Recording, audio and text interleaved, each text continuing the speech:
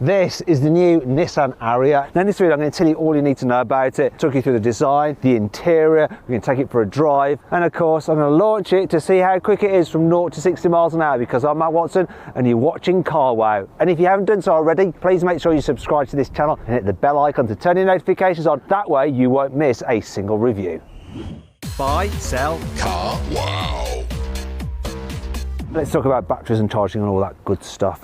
So the first thing for you to know is that Nissan has got rid of its horrible CHAdeMO charging port, which they only use in Japan, and now we have like the European style CCS for DC charging.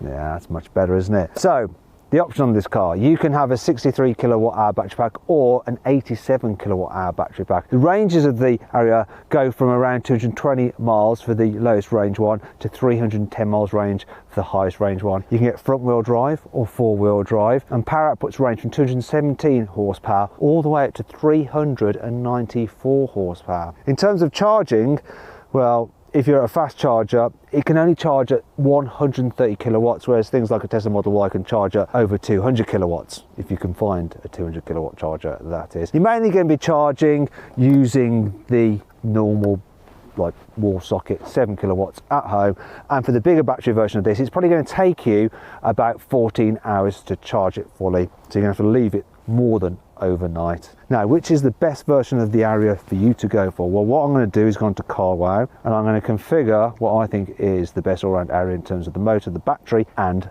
the spec. And if you want to see what that is and the saving on it, click on the pop-out banner up there or follow the link in the description below. Now let's see what this Nissan Ariya is like to drive, starting with in town, because that's where electric vehicles are at their best. And the first thing I'm noticing about this Ariya is the suspension. I wouldn't say it's firm or anything, it just feels a little bit busy. So the car does like jiggle about a bit when you go over bumps, and you also hear quite a bit of noise thumping from the suspension if you hit a more severe bump. Now we're going to come up to a place here which we're just going to show you the thump of the suspension. Here's a sharp bump. Do you hear that noise? Huh? One thing I can't complain about though is the steering. It is nice and light. Now the turning circle on this car is 11.6 meters. So it's similar to something like a Ford Mach-E. It's adequate look. I was able to do a full 360 in that space. One thing I can't complain about with this is the visibility forward. It's brilliant. You've got a low dash, you get a great view forward. The door mirrors aren't the biggest for an SUV, but they're big enough. Get a good view out of them. Yes, you get a big blind spot from this pillar here, but that's the same in many cars. The view out the back window isn't great. Thankfully though, you can spec that camera that I've already mentioned. What's not good though is the blind spot. The back pillar is really thick, so when you're like pulling out of junctions like that, filtering, or you know, maybe pulling out of a driveway across a road, that is annoying. I like it from every single angle. Really nice rear end with that light bar, Nissan badging, the spoiler. Moving to the side, it's got a sloping roof line to make it look coupe-like, even though it's a big SUV. In fact, it's slightly longer, taller and wider than a Qashqai, but way better looking. I like this one, the fact that it comes in two-tone paint. That is an option though. So too are these 20-inch alloy wheels. As standard, you get 19s. Here at the front, it looks great from here as well. The grille, which isn't actually a grille because it's an electric car, you don't need a grille to call an engine because there's an engine, there's an electric motor. You get the idea. But anyway, underneath here, it's got a pattern effect. We have to get in close to see it.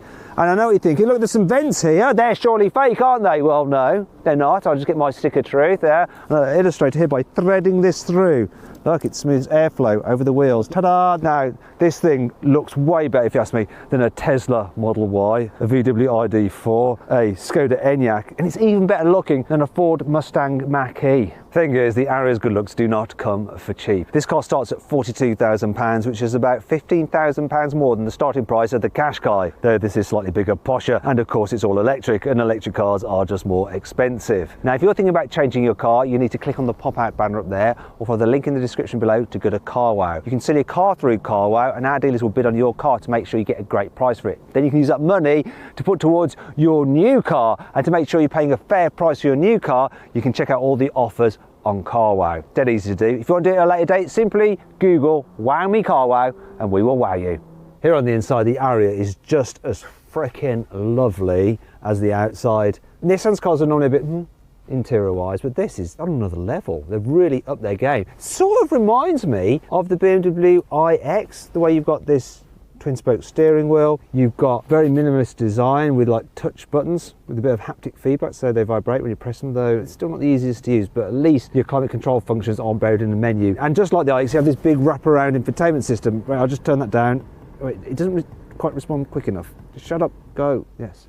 Anyway, however, unlike the BMW, the definition isn't quite as good. The graphics are a bit fuzzy and it's not so responsive. In fact, I don't think the infotainment system feels quite as slick as that in a Ford Mustang Mach-E. And if you want to see my full in-depth video review of that car, click on the pop-out bar up there for the link in the description below. You've also got a big digital driver's display. There's quite a few different menus you can cycle through, but once again, the graphics aren't the sharpest, but they'll do.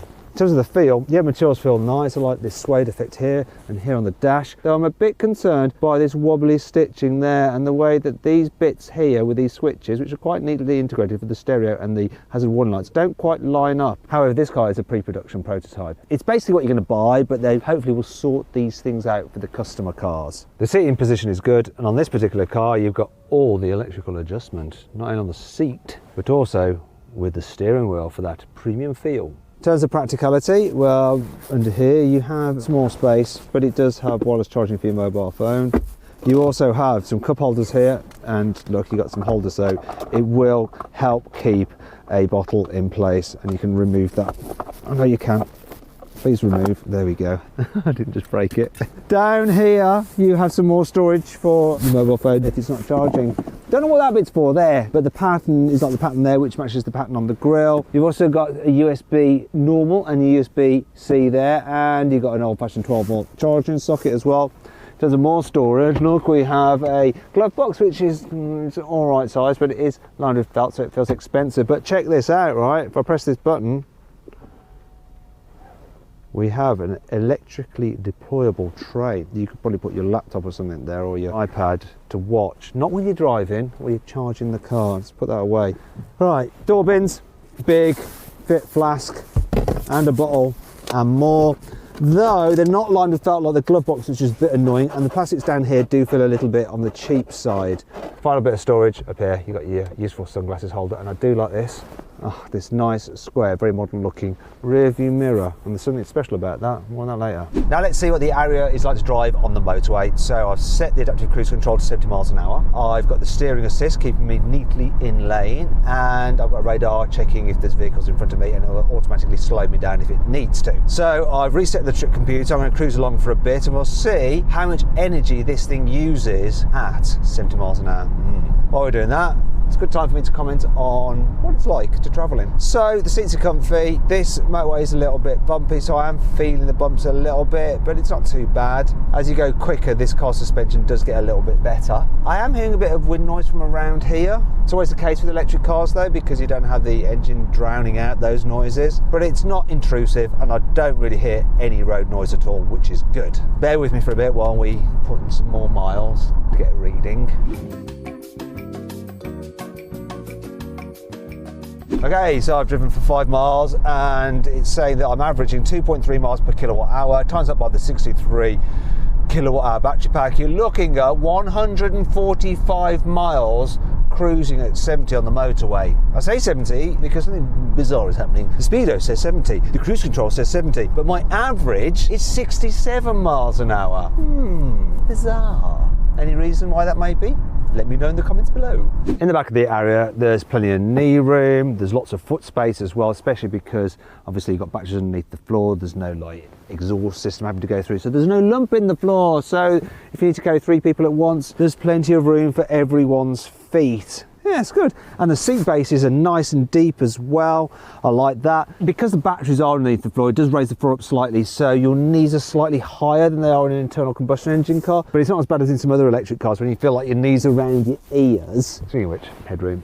This is the only slight problem. The sloping roof line does eat into headspace. I'm fine. Taller people will be fine-ish, but really tall people will end up touching their head on the roof. It's probably made a bit worse by this particular car's optional panoramic glass roof, but you do get more headroom in a Hyundai Ioniq 5. And if you want to see my full in-depth video review of that car, click on the pop-out banner up there for the link in the description below. So it's a nice place to be here. You get creature comforts in this particular car, such as heated rear seats. You've got your USB ports there as well. You have some pockets on the seat backs, some decent sized door bins. The rear windows are big, but unfortunately They don't go all the way down. Another, unfortunately, is this. Look, yes, you do get an armrest here, but the exposed cup holders means you end up putting your wrist in them, and there's no through loading. Why is there no through loading?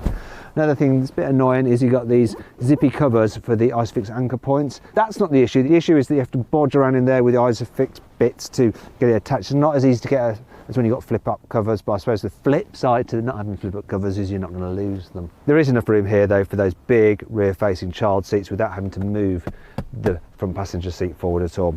Yeah, it's spacious and quite salubrious. Now let's see what the Ariya is like to drive on a twisty road. So I've got it in sports mode. Ooh, exciting. What I'm going to do though is turn the regen braking off, so go from B into D, so when I lift off now the car coasts like a normal internal combustion engine automatic. That's actually better for when you're going quickly on a twisty road, because you don't suddenly upset the car's balance if you lift off the accelerator due to panic or planning, you know, like when you want to roll around a corner at speed. And actually, when you are rolling around a corner at speed, despite this thing's weight, it actually grips and goes around surprisingly well. There's hardly any body lean at all through the corners. You do start to sense the car's weight if you're really going quickly into a corner and the front tires run out of grip and it does start to push wide. But it's actually surprisingly good and quite responsive to your steering inputs. Another thing I'm surprised about, the brakes. Now, sometimes in electric cars, they can feel a bit grabby, but these are supernatural. There is one problem though, well actually two. The first is that with this front wheel drive car, when you put the power down, when you're exiting a corner, you can feel, oh, and there's the second one actually. The second problem is that when you hit a bump, you suddenly get this kind of like thing where the car just completely loses the plot. It goes blah, blah, blah, like that. The suspension just can't cope. It really can't. Anyway, back to what I was saying originally. If you've got the front wheel drive version, it can struggle to put its power down when you're exiting a turn if you apply the accelerator too suddenly. And the stability control, when it senses that it needs to kick in, it really kills the power for quite a long time. It's like, no, you've been naughty, you've lost grip. We're going to just rein things in a bit until we think you're capable of being more sensible. Sort of like that. Now let's check out the Ariya's boot. So the capacity is 466 litres, which isn't really that big for a large SUV. An ID4's boot, which isn't that big for a large SUV, is 543 litres. So this is a bit smaller than that.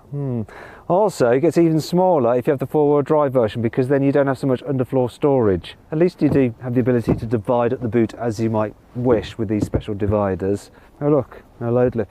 You've got some storage down here and some tie-down points there. They are a bit fiddly to pop out. There we go. There are no 12-volt sockets back here though, which is a bit annoying. So there's something else which gets on my nerves a bit. It's this, look. The release for the rear seats is not only hard to get to, you have to lean across the boot like this, but they're really awkward. Still, you do get a flat load bed like that, which is handy, so you can slide things to the front quite easily. It'd just be nice if you could lower the seats using some handles in the boot. And that brings on to 5 annoying things about this car. You see, unlike some other electric cars like Kia EV6, a Hyundai Ioniq 5 and a Tesla Model Y, you don't have a front boot. A fruit. No, there's just the electrical stuff there, like the motor for driving the front wheels and some other things, you know. If you don't like sitting on dead animal skin, even when it's this fine, soft nappa dead animal skin, you can get a vegan interior. No, it's not fully vegan, because regardless of what trim you go for, man-made or animal-made, the steering wheel is always leather. Duh. If you want to tow with your Nissan Ariya, you absolutely, positively, completely must, without doubt, get the four-wheel drive version, because it has a towing capacity of 1,500 kilos, which is all right for an electric SUV. You can't go for this front-wheel drive version because it can only tow a pathetic 750 kilos. And I think I can tow more than 750 kilos. Not having a proper physical button for the driving mode selector is a little bit of a problem. Yes, I know it looks cool, but you do have to take your eyes down off the road to see where you're pressing to actually operate it. Unless, of course, you can read the indentations in the centre console out, like the little arrows, and then you know where it is. It's a bit like reading Braille, though if you can read Braille, you probably shouldn't be driving the car. With this car, you get 2 levels of regenerative braking. Now, obviously, you can turn it off. So here's me coasting along in a circle. I'm going to lift off the accelerator. I haven't got the regen effect on, so nothing's really happening on a lift off. It's still just rolling quite a lot. What I can do is pull this lever back and then it gives me the regen effect. So now when I lift off the accelerator, the car's actually slowing because the motor is working like a dynamo to put energy into the battery, but obviously that takes energy out of the car's forward motion, so you slow down. What I can do to make it even more intense is press this button here to go into E-pedal mode. And now when I lift off the accelerator, the car really slows much more significantly. But there is a problem. In the past, the E-pedal mode in a Nissan would let you completely drive just using the accelerator, because it would even engage the friction brakes to bring you to a complete stop. But for some reason, they've removed that functionality for this Ariya, so it'll always creep along a bit. And unlike some other electric cars, you can't turn off the creep function. And who wants to be a complete creep, eh? Thankfully, this car has plenty of cool features to help make up for all this. Here's 5. The Ariya comes with lots of equipment as standard, so you get stuff like auto cruise control and surround view cameras. Look, it's my cameraman's legs there. Look at those, they're flicking them up. These ridges and contours in the seats are actually based on a concept used by NASA to help promote blood flow if you're sitting in one position for a long time. And apparently it'll reduce fatigue in your back and your buttocks. One area that many manufacturers often forget about is making sure that you can store the load cover underneath any false floor. Look, they should order this, because otherwise where do you put it in the car when you're loading it all the way up, eh? Not quite satisfied with the location of the centre console? Do not fret, because look, you can move it forward and backwards. One of the problems with giving a lift to tall people is that they can block your view from the rear view mirror. But don't worry, because the Ariya gets a special camera which is displayed on the rear view mirror when you pull a little switch. There we go, look, there you can see me, it's all good. And obviously I'm far prettier to look at than that other bloke. This particular version of the Nissan Ariya is supposed to do 0 to 60 miles an hour in 7.5 seconds, but we're going to find out exactly just how quick it really is by using my specialist timing gear up here. Yeah, I'm going to launch it. 3, 2, 1. Not a quick getaway. Speed is building. And 0 to 60 is 7.88 seconds. What's the quarter mile? What's that going to be? 16.14. Ooh. Now I'm going to see what this car's like for stopping. So I'm going to put everything into maximum regen mode, E-pedal. So as soon as I lift off the accelerator and go for the brake pedal, it's going to be braking already. Let's see how long it takes this thing to stop from 60 miles an hour. Right, let's go up to 60. Okay, here we go. 60 miles an hour, there or thereabouts. Here we go. 3, 2, 1, brake. It stopped from 60 miles an hour in 33 metres, which is pretty good. And if you want to compare it to some similar cars, pause the video now because we've got a graphic on the screen.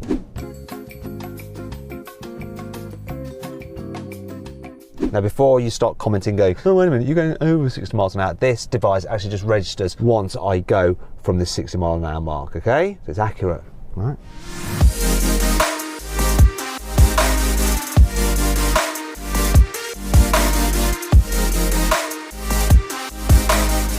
So then, what's my final verdict on the new Nissan Ariya? Should you avoid it? Should you consider it? Should you shortlist it? Or should you just go right ahead and buy it? Well, I think you should shortlist the Ariya. It might not lead the field in terms of ride comfort over bumps, boot space, all range, but there's just something cool about it. It looks great, it's nice to drive, and that interior is super cool.